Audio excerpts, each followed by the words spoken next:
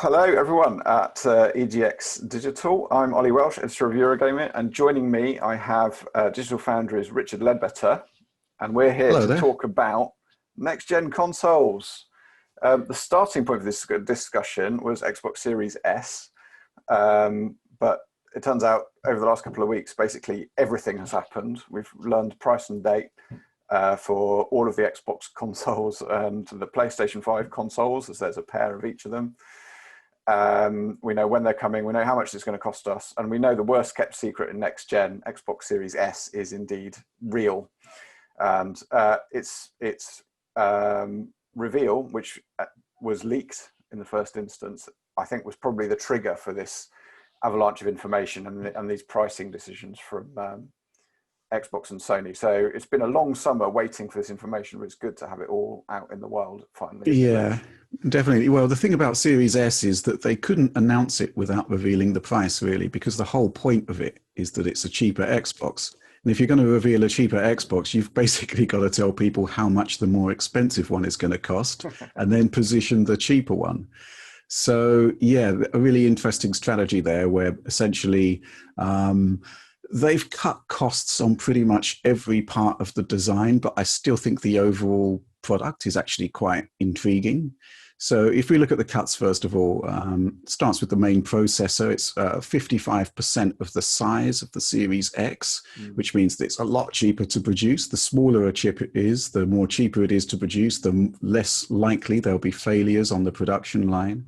So that's the first part of the cost-cutting exercise. But it's all gone on graphics. So essentially, they've scaled down the GPU. Everything else, as far as I know, is basically the same processor, CPU slightly slower, but nothing that I think is going to cause any issues.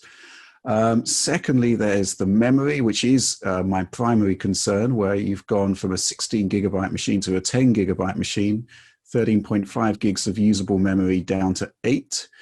That is substantial. And then finally, which I think in terms of quality of life sort of situation, there's the fact that the storage is half the size. So you've got a 500 gigabyte SSD rather than a 1 terabyte SSD. Which And again, there are with games running concerns over there. 100 gigabytes now, like in this Yeah, generation. exactly. Yeah. And, Call of Duty is like what Modern Warfare is like a 200 gigabyte game now.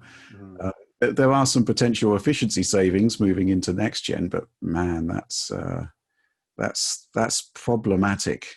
And again, what we don't know pricing wise is kind of like the satellite costs.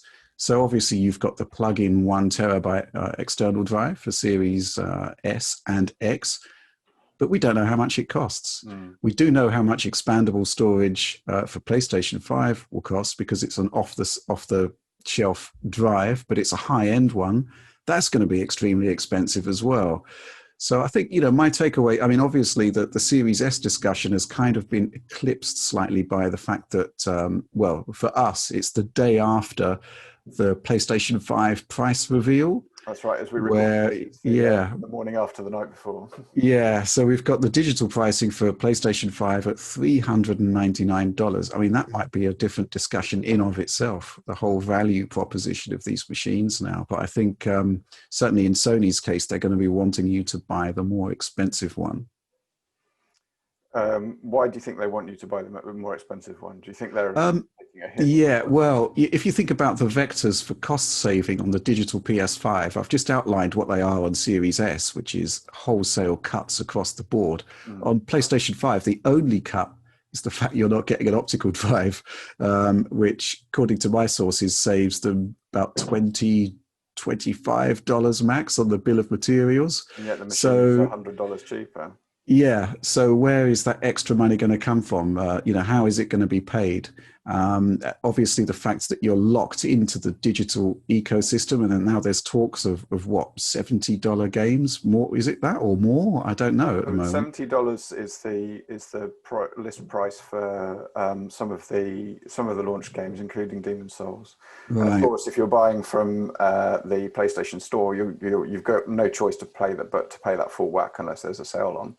Rather than if you're buying physical, you can shop around, look on Amazon where they habitually knock $10, £10 off these prices. Yeah. Yeah, like Sony will make much better margins off you in the long run if you have a digital machine, because you're locked into the system, as you say. But it does seem like they're going to take quite a hit on that machine to get it out there at that price point. Yeah, I mean, we did some sums there back in the day. I mean, they saved like $25 on the digital drive, but just to finance a $50 price cut, they've got to basically have 3 games bought digital that would otherwise be bought physical, basically to offset the cost there. But to finance $100, that's a different ball game altogether. Secondly, something that I think is sort of quite interesting on the pricing side of things. Again, it's all about those peripheral costs, the games being more expensive and whatnot. There's a lot going on here. In terms of allocations as well, I mean, how available is the digital edition going to be? There's been reports of the chip yield being lower than expected, meaning that they're putting fewer units out there. Now, if you're Sony, are you going to remove digital edition units and potentially save more money, or are you going to remove the disc version and take more of a hit to get more units sold of the digital? I think they're going to shift towards trying to sell you that more expensive version simply to offset their costs. Also, they need retailers, and I don't think retailers are going to be as keen on the digital edition as the physical one. Yeah, there is that as well. Do you think they always intended to price PS5 digital at $399, or do you think they got bounced into it by the Series S? It's an interesting question. I think the whole existence of the digital edition in the first place is because they got wind of Series S. I mean, I can't see any other reason why they'd do it, because the economics on making a console in the current situation with semiconductor businesses, it's extremely expensive. The economics are very, very challenging. And then basically they've got to come out and produce a cheaper machine, and the only vector they've got is to remove the drive. So I do think that forced their hand. The whole pricing situation, it's just been like a bizarre spectacle where nobody wanted to tell you how much their products cost until they knew what the other one was doing. It's just quite unseemly in a way. But I think ultimately, the good news is that these machines could have been a lot more expensive. I mean, I think that Microsoft and Sony would have loved to have sold you their new machines for $600. And instead, they're doing it at $500 and lower. And I think ultimately the consumer's the winner there. Yeah. I think Microsoft decided to go in aggressive, and I think Sony had to respond. Yeah. That's my feeling anyway. Yeah, but good news for the consumer, I think. I'm just still worried about these peripheral costs, the game's getting more expensive, and the cost of what I think will be essential external storage for these machines, or storage upgrades. Yeah, indeed. I think Microsoft certainly, like, their long-term goal is to just get people into the Xbox ecosystem however they can. And what they want is Game Pass subscribers, right? That's what they're really, really interested in. More than console owners, they want people subscribed to Game Pass. Yeah. And they're doing that through a number of avenues. Obviously, you can buy a console. You can also get Game Pass on your PC. Game streaming has just launched on Android devices, and that's another way to get into the Game Pass system. And they have the all access subscription option for actually buying the console, which comes with Game Pass Ultimate as part of the deal, and actually works out slightly cheaper. This finance why buying a console and buying a full 2 years of Game Pass Ultimate and a standalone console, which is an incredible deal. But of course, what they do, that shows their hand. It shows that what they really want is to lock you into that subscription, because they know then that you'll have Game Pass for 2 years, and that for them is a win. And if you're in it for 2 years, you're probably keeping it as well. Yeah, I think the whole Game Pass situation is fascinating because it's coloured the entire marketing of the machine. If you look at what Sony is doing, it's really traditional. It's a proven model, and it works, which is that you first of all appeal to the core user with games that you've never seen before, that look amazing, that get you genuinely excited, that you feel that you're getting something new. I mean, the Dark Souls stuff we saw last night was incredible. Yeah. And the hits just sort of kept on rolling in that presentation.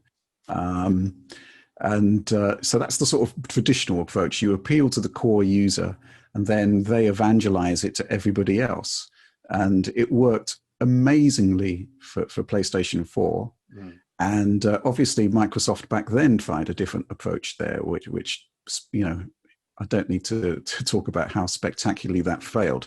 But this time around, they're doing something very different, which is, I do think that they're appealing to the mainstream gamer from game one, and they're doing it via Game Pass, which is a proposition. It's massively compelling. And I'm loving the idea that, it could have ramifications really on the Xbox hardware business moving into the next generation. But what they're doing in the here and now is basically saying, look, there's a ton of devices out there that can run these games, and we're going to give you the choice of doing it. And to sweeten the deal, we're going to give you this subscription model that gives you all of our games free on day one. It looks like they're giving you all of the EA games now free on day one. Huge third-party catalog. I love Game Pass. It's revolutionized the way I kind of sample games. The cloud streaming side of things, I'm not sure it's something I'd want to be using day in and day out, but let's say I just want to sort of take a cursory look at the Game Pass catalog. I have instant access to all of it on my phone. This is an entirely different proposition that we're dealing with here. And I think one of the challenges Microsoft has is that as specialists in the enthusiast press, we're kind of used to what works for us and how things have worked in the past. So in that sense, the Sony presentations kind of like manna from heaven, whereas I'm not sure we fully appreciate just how good Game Pass is and how it's going to be sort of appreciated by the audience out there. But I just love the fact, actually thinking about it, I just love the fact that we actually have two separate approaches that seem to both have huge wins in them. Yeah, and the fact that there is choice. Over the last couple of weeks, that is very much the narrative of this generation, right? Over the last couple of weeks, we've sort of been sucked into the old school console war, them trading blows, setting their price points, putting comparable products out there. But you're quite right. There are very different visions behind these going on, and it is interesting to see Microsoft leading with something quite different, and Sony trying to hold its line, but also trying to cover what Microsoft is doing. I think you're starting to see hints of that now. It's interesting that they are not quite as hardcore about putting new games on PS5 only as first appeared. So we've learned that Horizon Forbidden West and Sackboy, as well as Spider-Man Miles Morales, are all going to be available on PS4 as well as PS5. And we've also seen their sort of slight Game Pass spoiler, I guess, in the PlayStation Plus collection, I think they're calling it, which is a catalogue of first-party PS4 games. Got to be said, they put out a great number of excellent games on PS4. So, the likes of God of War, Horizon, Days Gone, which will be included with your PlayStation Plus subscription. Although they also have PlayStation Now as well, their streaming service, which is sort of a little off to one side in all of this, and they haven't been talking about it that much. But yeah, it feels like they are trying to cover Microsoft's ground while also, as you say, playing their traditional game of we want to sell boxes and have a nice margin on those boxes. So it's definitely an interesting strategically. But you're right, it's great to have these two different approaches. And in the short term, I think we're going to see some wonderful exclusives from Sony, which really show off what a next-gen machine can do. I think it might take longer before we see that from Xbox because they're thinking so much more holistically about this. But in the short term from Xbox, you have this just incredible value proposition. And I think you saw that when Series S was revealed, And also the all access pricing was revealed last week, and people started to put the numbers together in their heads, and they were like, wait, I can have a next gen console, or at least a console that will play the next gen games for this much money, and then I just pay the subscription and I have all of the games, like all of the games. It's really compelling to people, and obviously in the current economic climate, value is something that really matters. So I think Microsoft has done surprisingly well, I think, because earlier in the summer we were a little underwhelmed by the Series X reveal and the games they had to show then. Halo didn't look great, then it got delayed. Things were looking a little bit hairy, but they've come out of the last week, despite being bounced into it by a leak, really well, I think. Yeah, the leak was basically a week ahead of schedule because we'd signed the NDAs and the embargo. We knew it was coming on the 16th or the 17th. So, everything was kind of laid out. We knew it was happening, but for whatever reason, those plans were leaked, a week ahead of time. And I think, Microsoft kind of deserved kudos for the way they reacted to it. I know the way these guys work, that the concept of having all of those plans ruined, it would have been a massive blow to them. So to actually be that agile that quickly, I think it was a holiday weekend as well, possibly. So the fact that they actually were able to respond and do so positively, I think went down really well. But I also think just the core message that they had to get out, as you say, is very, very strong. I mean, I find I've always been fascinated by weaker hardware, simply because it's interesting to see just how close it gets to the full fat experience. And the Switch there is a classic example, but Series S is on a different level because it is essentially the memory and the GPU that sets it apart from Series X.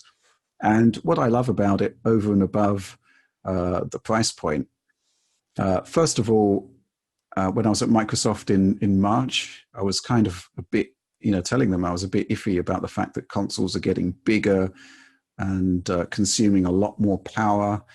Kind of seemed counter to the ethos of what we kind of want from a console, which is like a nice little small box that sits next to your TV and gives you a great gaming experience. And then they revealed the Series S, and it was like, this really hits the spot. It looks pretty awesome. And I'm also the best machine of the lot, I think. Yeah, I think so. I also think they were, because we had a discussion over lunch. I was talking about what I'm doing at home to reduce my carbon footprint, and they were talking about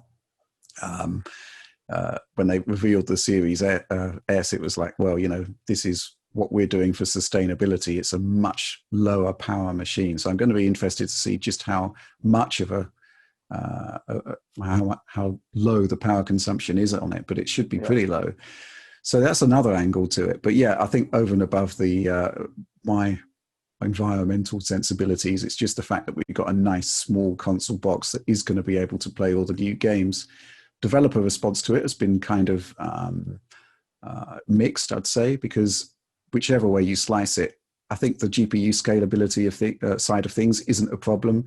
The memory side of things, I did speak to the Microsoft chief architect of Xbox the other day, and we went through how memory scales between 1080p, 1440p, and 4K resolutions.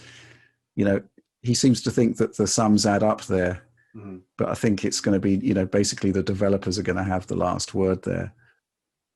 So their argument, right, is that you don't need the power if you're not pushing 4K.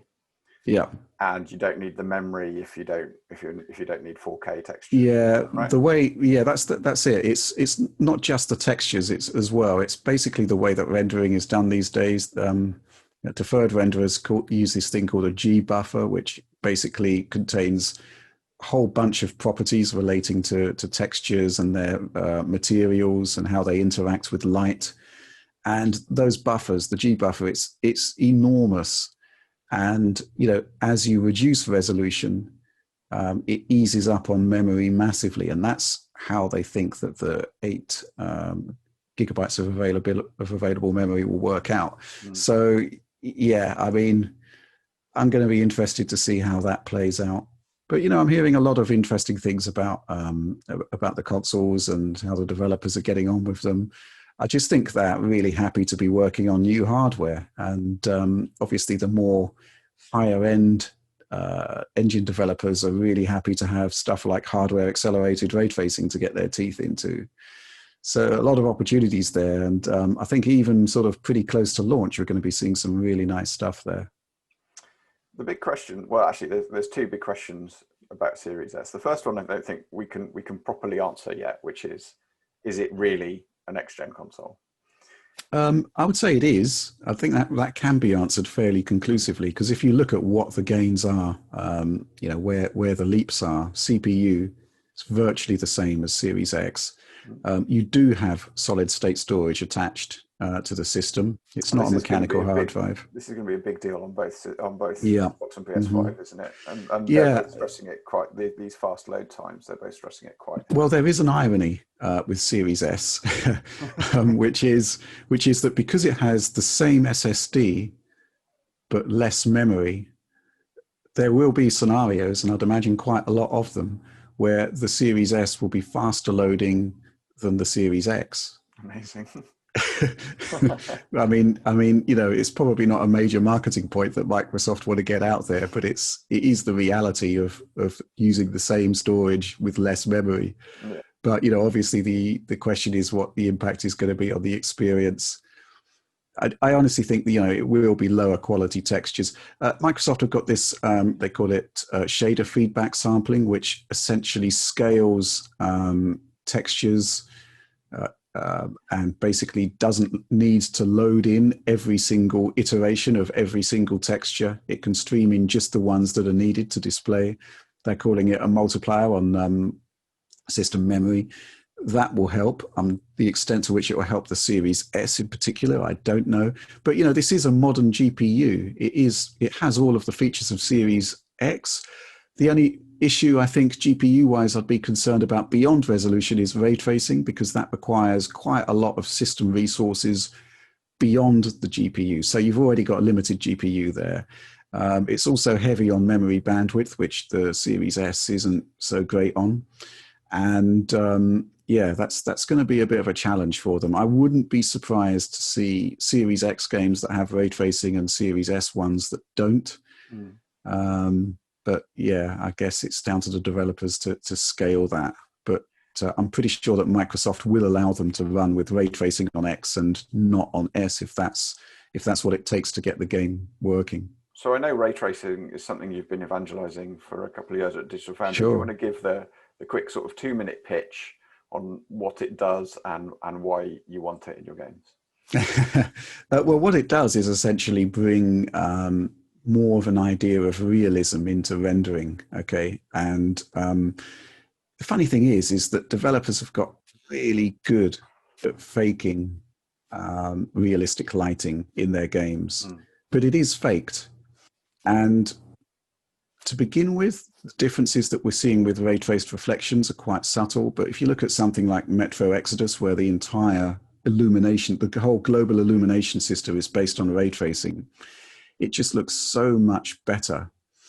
Secondly, it's a technology that can be used for more than just visuals. It can be used for audio, it can be used for a whole bunch of stuff. And what I actually really like about it is that I think both of the platform holders are giving developers direct low-level access to the ray tracing hardware to do with it whatever they want. So I think this is basically a fascinating new tool that's in the toolbox for developers to play with. But I think in the short term, there's going to be a lot of shininess and a lot of reflections, possibly big puddles. Yep. Everybody loves a big puddle. Yeah. But, just stuff like shadows can be done much more effectively in ray tracing. Right. And to begin with, I suspect that it will be kind of like more of a subtle change in many respects, because, a lot of game engines will be built for cross-gen. But once developers have got to grips with ray tracing, then we'll see some interesting stuff. But I did note last night in the PlayStation 5 reveal showcase, they showed a special edition of Devil May Cry. And they really went, the reflections in Devil May Cry 5 on the current gen systems are awful. And this whole trailer just seemed to be like, hey, look at our reflections. They're ray traced now, and they look really awesome. And I think they're doing for PlayStation 5. I think Alex told me this, that they're doing a 1080p 60 mode with ray tracing. They're doing a 4K 30 mode with ray tracing, or there's a 120 frames per second mode being mooted without it. So that's the other thing I kind of like about the whole ray tracing thing, is that a lot of developers in the cross-gen era are giving the users choice as to whether they want to see these effects or whether they just want to see the GPU being used for all-out brute force frame rate. Yeah. And I think we're seeing the same thing with Spider-Man Miles Morales. They've announced a 60 frames per second mode. I can't imagine ray tracing being in that. Might be wrong. But yeah, essentially, I think ray tracing is quite an exciting technology, and it's just the beginning. And I think that was over 2 minutes. So I'm sorry about that. That's all right. Here's another question on Series S. Why is Microsoft making Series S? Why does it exist? Because we haven't. This is the first time we've seen this. Obviously, over the life of a console generation, you get variations in the hardware. You know, more recently we've seen the Xbox One X and the PS4 Pro come out and exist alongside their less powerful counterparts. Why is this happening right at the start of the console generation? You're getting these two tiers. It's because the costs of making a console are scaling up, not down. That's the big problem here. And again, this is something I was talking about with Andrew Goosen, the architect of the Xbox Series SX. As I said, the economic situation in creating a console is looking pretty bleak for this generation. Memory hasn't really reduced that much in price. That's why we aren't seeing generational leap in memory this time around. It's a 2x multiplier. Last time around we had 8x. It's a staggering situation. Basically, it's they can't give you more memory because it's too expensive. And then there's basically, Moore's law, which is all about a doubling of transistor density every 18 months. That's kind of become a somewhat elastic 18 months. But the fact is that the shrinks, the idea of cramming more logic onto a piece of silicon, that is still happening. What isn't happening is cost reductions. It's the cost per transistor. So these consoles are expensive now, and typically there'd be a couple of years later you'd get a slim model which would be using a smaller chip that's going to be cheaper to produce. Now, what if that smaller chip isn't cheaper to produce? You'd still get power efficiency savings and whatnot, but your console isn't going to get cheaper. So, and again, I think Microsoft cite memory as only reducing in price year on year by 5%. So the whole idea that you can buy into a console at $500 at launch, but you don't need to wait a couple of years and it'll be $300. That isn't the economic outlook that Microsoft think is going to happen now. And if that's the case, then, they need to take radical action, and Series S is their solution to that by basically giving you the cheaper console in the here and now, but with caveats in place, which is basically that it's going to be a less capable machine. So that's the reason why we've got two machines. And they've outlined the whole situation with the semiconductor business quite strongly. Whereas Sony kind of want to keep you at arm's length. So yeah, I'm just going to be really interested to see how, first of all, two things. First of all, how is this generation going to play out? What if the consoles don't get cheaper? According to Microsoft, the only thing that is going to get significantly cheaper is solid state storage. Now, that does present some potential cost savings, not a huge amount, but it may well be the case that instead of having a 1 terabyte Series X, a couple of years, you'd have a 2 terabyte one, as opposed, you wouldn't for the same price. Yeah. That's the first side of the equation, which is, scaling of costs over time. It may not happen. Where does that leave us? Well, we've got Series S. But I think what worries me more is if the cost per transistor is not reducing, then where does that leave the next generation?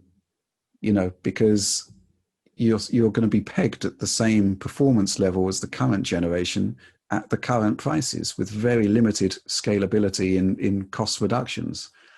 So this is kind of a challenge that we're already seeing played out in certain parts of the hardware business.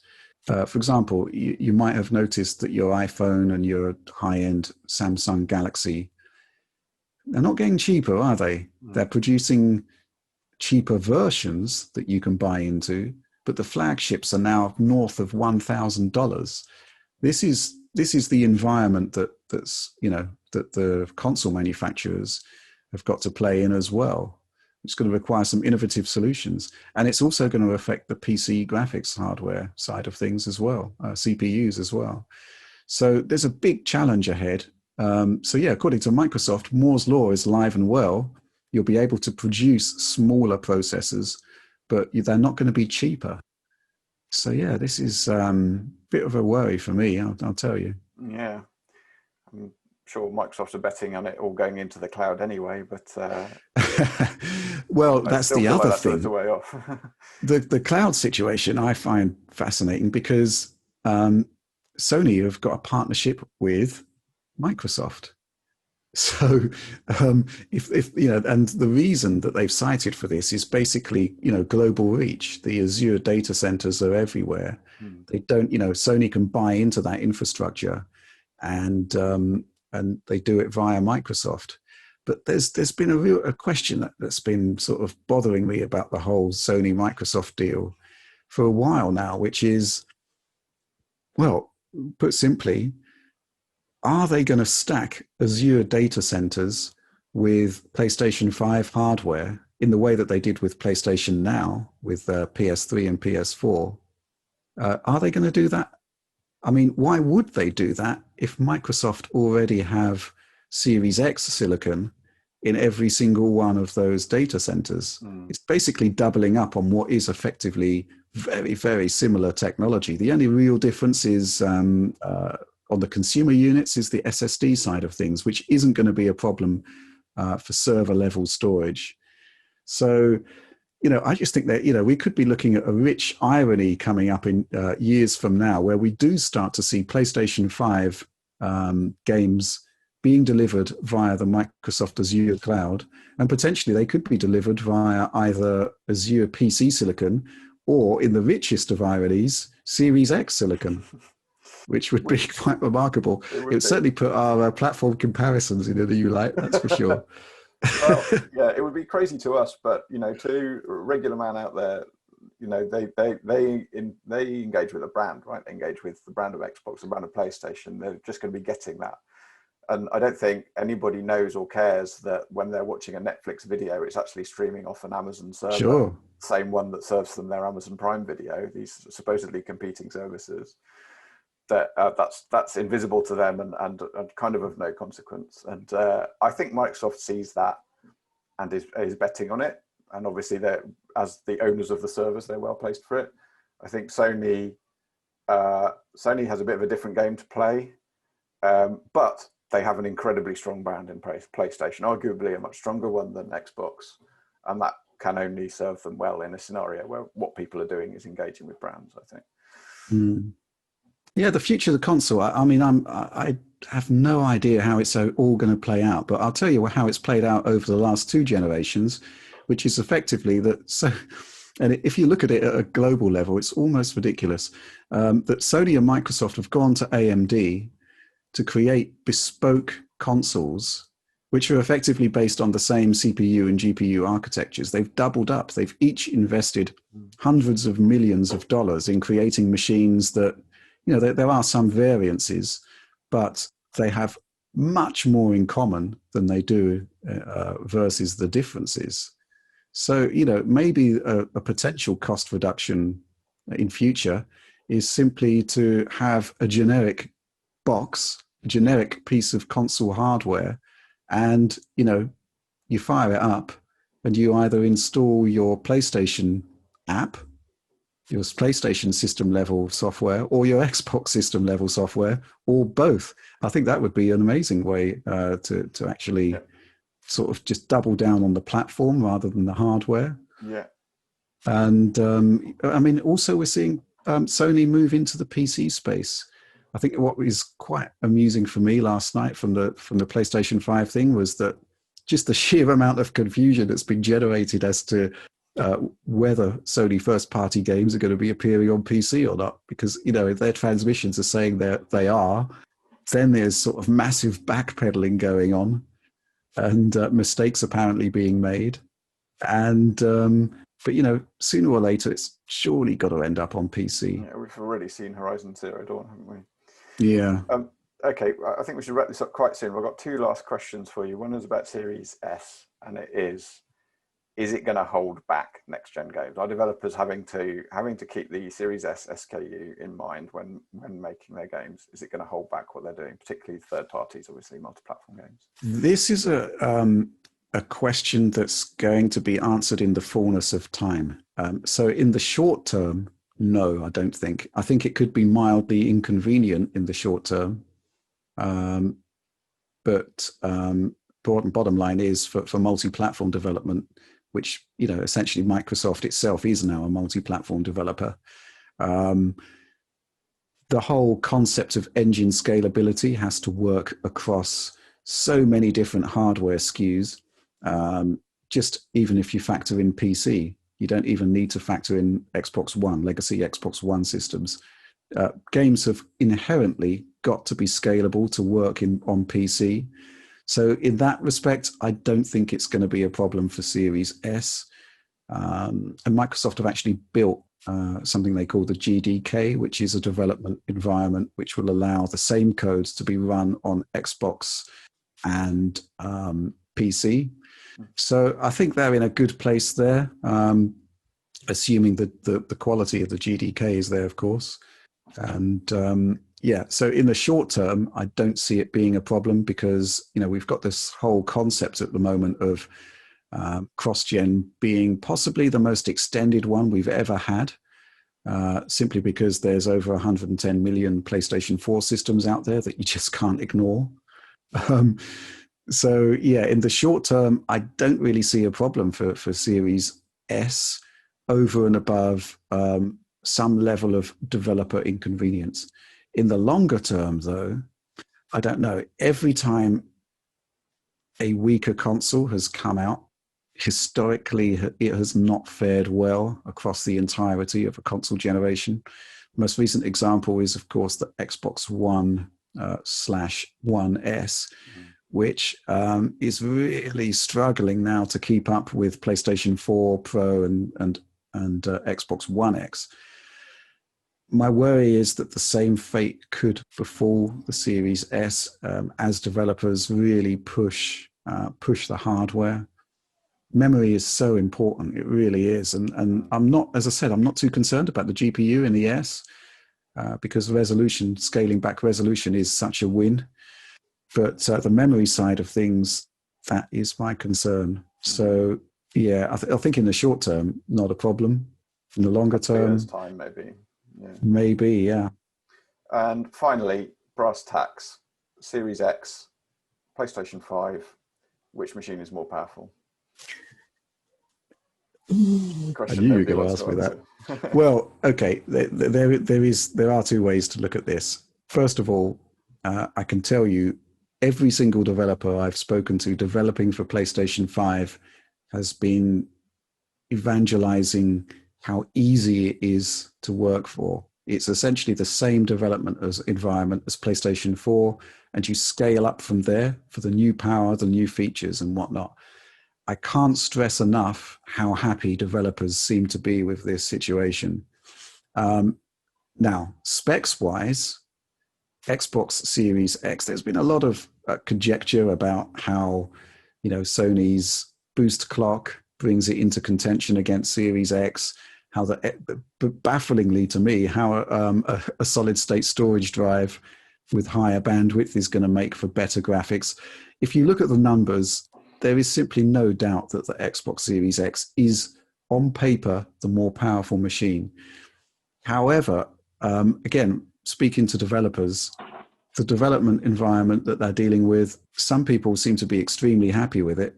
Other people are having problems with it because they've moved away from what was previously the XDK, which was specific for Xbox, to the GDK, which is a more general development environment for PC and for Xbox. And even Xbox One is encompassed by the GDK. So, you know, the long-term win with the GDK is that you're going to be able to develop for it and deploy across all of these different systems. But in the short term, I have heard developers having some problems with it. And whether that is all going to sort of manifest in final games is the big question.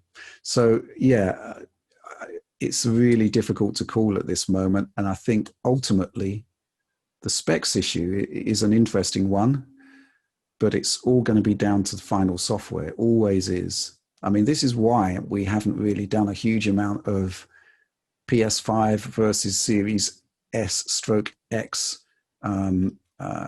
videos on our channel or articles on Eurogamer, because those specs are out there now. You know, it's now down to the developers to deliver the software and the games, the experience there. That's the important thing. That's the crucial thing. And obviously we'll be looking at that in incredible depth once we have hardware and software. Yeah, all eyes on the second week of November.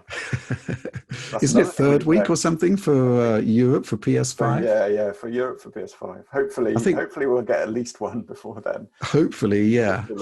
But I am predicting a lot of rage because obviously Digital Foundry coverage is, you know, all of our guys are in Europe. So we could have a lag in access to hardware compared to actual users in America. Let's hope not. I certainly wasn't expecting all of the consoles to release in the same week, which is in the US at least, which is that's going to be a big week. Can't wait. Really looking forward to it. That was a fantastic chat, Rich. Thanks very much. Thanks everybody for watching.